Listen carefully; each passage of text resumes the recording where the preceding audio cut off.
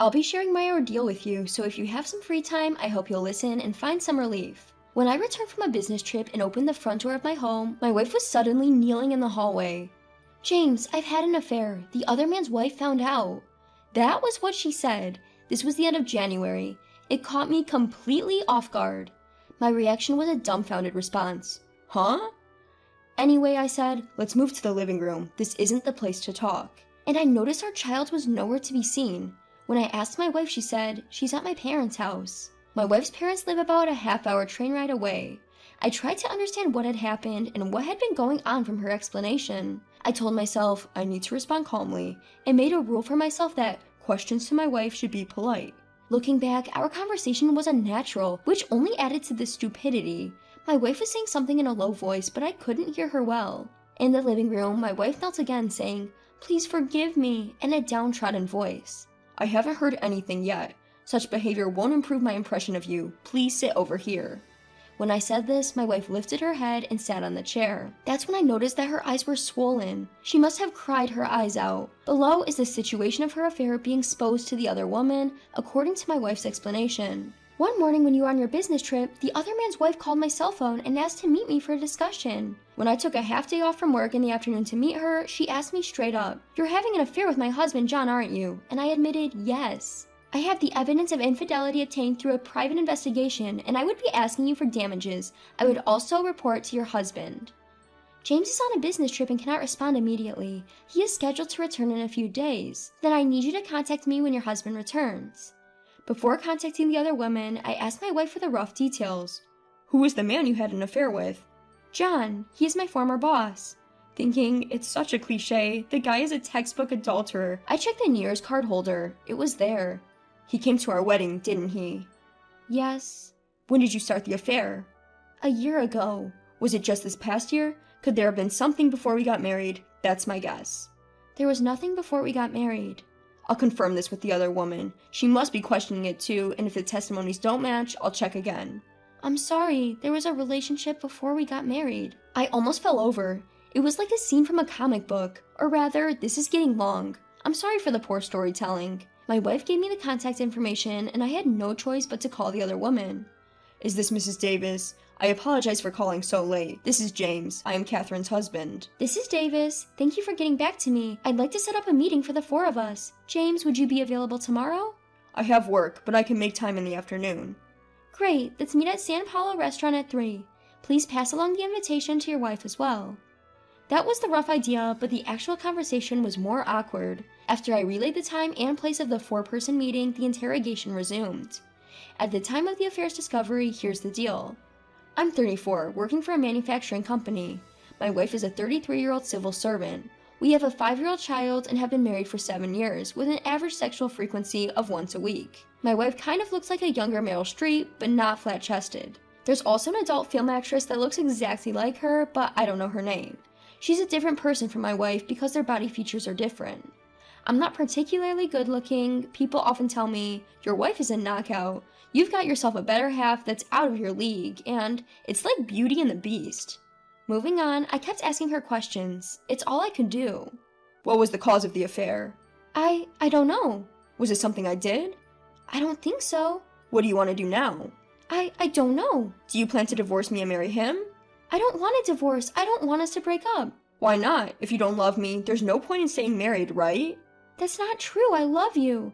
"Then why did you have the affair? Before having an affair, you should divorce me and he should break up with his wife, don't you think?" "I don't want a divorce." "What do you want me to do?" "Do whatever you want." "If I said I want a divorce, would you agree?" "I don't want a divorce. I don't want us to break up." "What about our kid?" "He was at preschool when, during the day?"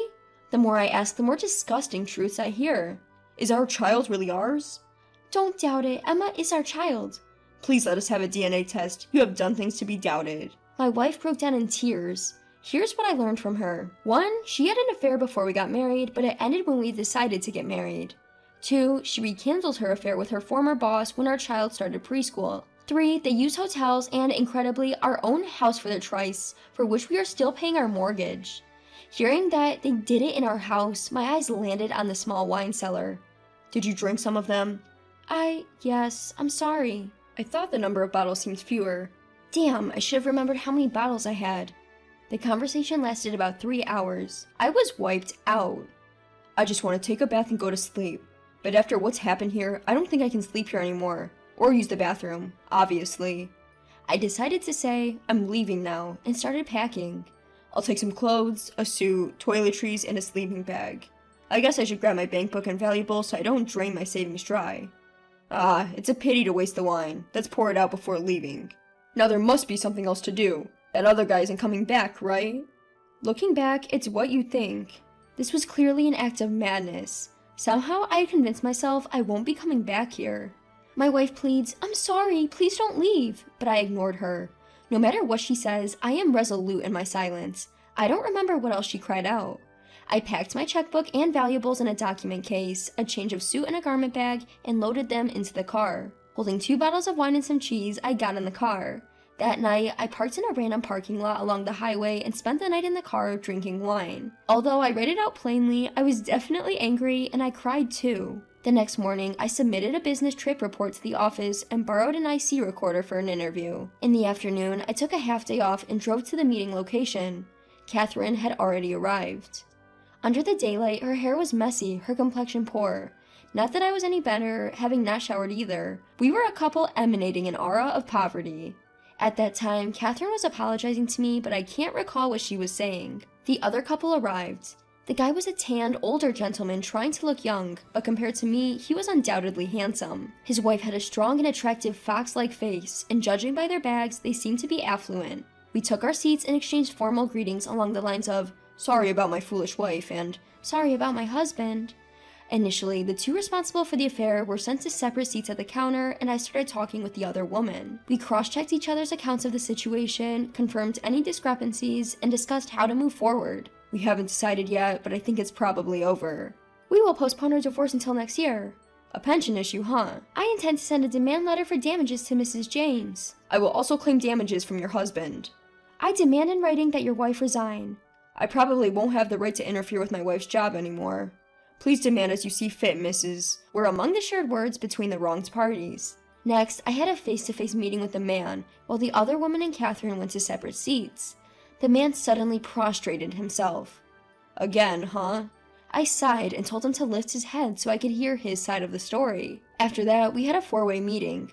We heard from those involved about how they came to commit adultery. Partway through, Catherine started crying and couldn't say anything, she was just gasping for breath, and the man did most of the talking. I wonder if our seat is the center of attention from the other leisurely ladies at this restaurant in the middle of a weekday, was what crossed my mind. That's not good, because it's a post-fact report, the tension is less and seems like someone else's problem. The real thrill of real-time progression is the direct transmission of frantic and shaken behavior. Around 2 hours later, the 4-way meeting was over, with the other couple making their exit. I haven't eaten anything since last night's cheese, I remembered, and ordered a full meal. Catherine, my wife, was still sobbing at my side. You can go home first. Thanks for your time, I said.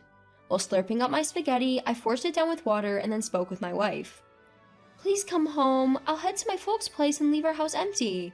That's the place you did it, right? Disgusting, I said, and just then, my stomach churned and I vomited. I tried to cover my mouth, but I couldn't make it in time, and vomit splashed onto the table like a fountain. My sincerest apologies to the customers and staff around me. Catherine let out a silly little eek and started crying again.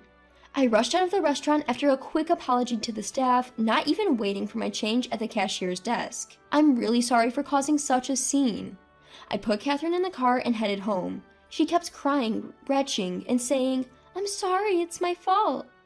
Our conversation in the car went something like this, as far as I remember through the exhaustion and shock. Before we got married and over this past year, you've had your way with me, so for this last part, let me have my way. What do you mean by the last part? I don't want this to end. Why won't you let me have my way?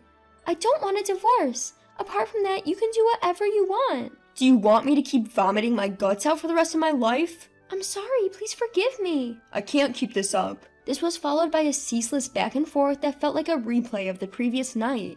I dropped Catherine off in front of our house saying, "Please go inside, I'll leave." That same day, I visited the cleaning services and a lawyer's office requesting a claim for compensation. I did record our 4-way conversation, but there was no need to use it. That week, I spent some time at health spas and occasionally stayed at my office. Over the weekend, I was called by my father-in-law for a 3-way meeting with myself, Catherine, and him at our home, where he apologized profusely. Again, another bargain, I thought, matching his apology. When I told him I was considering a divorce, Catherine burst into tears again. My father-in-law had to take her home, and I was left alone to pack up my things. After that, I started looking for a new apartment, visiting real estate agencies. On the same day, I received a call from my parents who had been contacted by my father-in-law. It took me an hour to explain the situation. My father was calm, but my mother was furious, and it was exhausting trying to calm her down. The following week, I collapsed at work. I was taken to a nearby hospital where I received an IV drip and spent the day in the hospital. According to my coworker, I fainted all of a sudden. They thought it was a comedy sketch. Somehow, the news reached Catherine's family and she came to the hospital. And then she started crying again. I was really annoyed and said, "You shouldn't have come." Well, I felt like I was just talking normally, but in reality, I was yelling. My apologies to the nurses and patients. I was emotionally unstable. Sorry about that. My superiors at work found out about my car camping and vagrant status, so I moved to the company dormitory for the time being. Events happened following the revelation. Managed to get a signed agreement and compensation from John. Sent him the receipt. Even though I set the claim high, expecting him to refuse, I was surprised when he accepted without hesitation. A few days later, my father-in-law reported the following to me. Considering the current situation where I hold Catherine's savings books, will cover Catherine's compensation payments at her parents' house for the time being. The amount was lower than what I had. I burned and handed over the images and videos of Catherine and the kids that were left on the HD. I edited and cut out scenes where I appeared.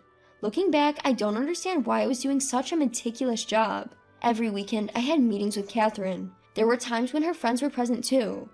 There were also times when Catherine brought the kid and I just played with her. At first, Catherine only cried and then stayed silent. Even so, I finally got her to say, "If you want a divorce." Currently, we're in divorce negotiations. The proposed items for the divorce agreement are as follows. Catherine will retain custody of the kids. I will pay $300 a month for child support.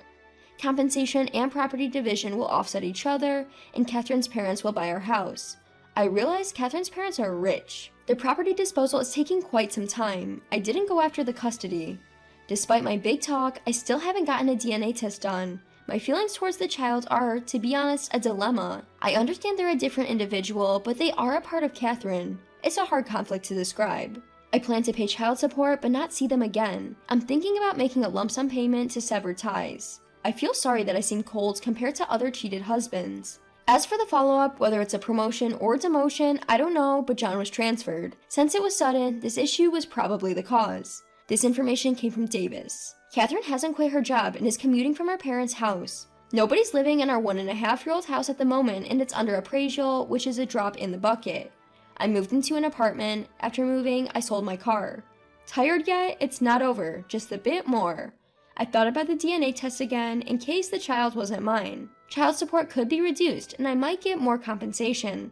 Above all, I might be able to put my feelings to rest. I've been busy for 2.5 months, but when I look back, I didn't do anything significant. Once the asset appraisal of our house is done, I'll probably be officially divorced. In the end, our married life was a complete waste and fruitless. Here's to the end of our marriage. Thank you very much for putting up with my ranting. The divorce was finalized without a hitch. I had a few thoughts afterwards. First, I guess what I did right was that I didn't resort to violence and handled everything calmly. I never raised a fist to John. To be honest, I didn't even want to touch him. I've started to think that my ex-wife might fill our kids' heads with all sorts of stuff and justify herself if I don't meet her. Also, to ensure no hard feelings remain with the kids, I've begun to think it's best to go ahead with the DNA testing. Of course, the cost should be borne by my ex-wife, Catherine. It's heartbreaking because the kids aren't to blame. When my daughter asks if she can come and see me, I always find some excuse to say no. I can't face my daughter, who day by day is becoming more and more like that woman, her mother, and I'm afraid that if I let my daughter come and see me, that woman, Catherine, might come along too. I've started thinking it would be a stroke of luck if they forgot about me and moved on. I've paid a substantial amount in the property settlement, so they probably don't need a father anymore, or so I think sometimes. It's only after reaching this point that I've realized what kind of person I was. See you in the next video. Thank you for watching.